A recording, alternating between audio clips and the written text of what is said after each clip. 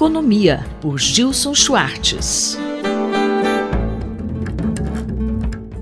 Professor, qual o tema de hoje? O governo federal anunciou uma política de longo prazo denominada Nova Indústria Brasil. As reações entre economistas e especialistas em inovação tecnológica não foram unânimes, mas por razões diferentes acabaram por cristalizar um leque amplo e aparentemente consensual de prognósticos negativos.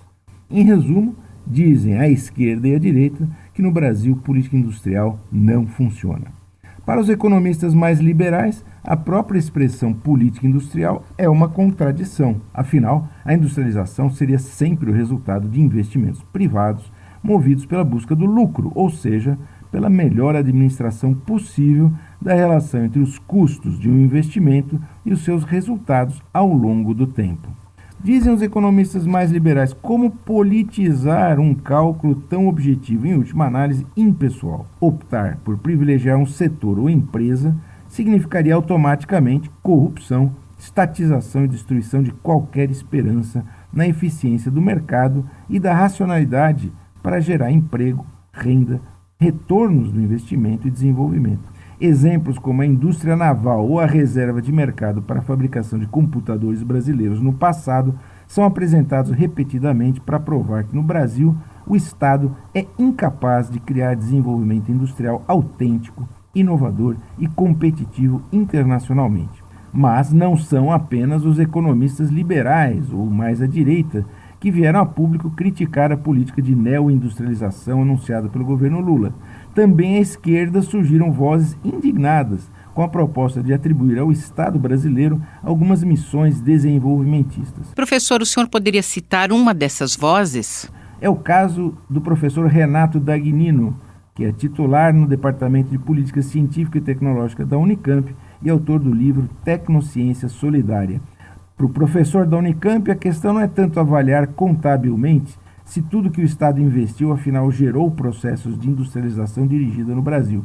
Na sua visão, faltam ao Brasil alguns dos principais requisitos que ele denomina condições de contorno para que até mesmo políticas industriais que deram muito certo em outros países, na Europa ou na Ásia, na sua visão, faltam realmente os requisitos para que essas políticas possam dar certo no país das jabuticabas e dos jabutis.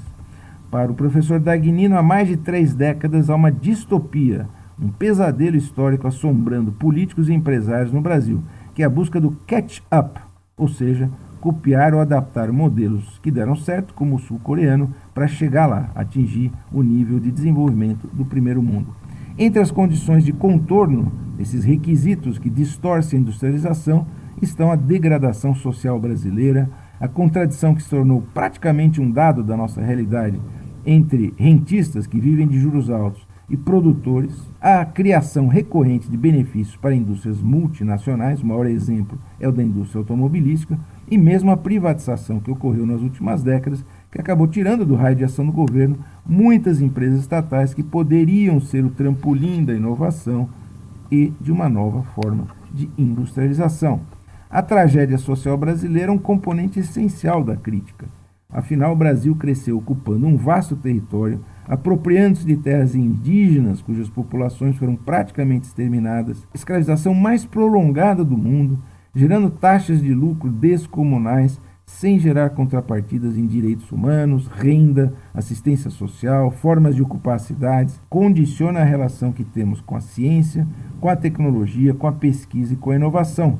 Essa incerteza institucional, no entanto, parece um fator secundário no debate nacional. Eu volto daqui 2 semanas para discutir tendências em economia, política e tecnologia no Brasil e no mundo. Eu, Simone Lemos, ouvi o professor Gilson Schwartz.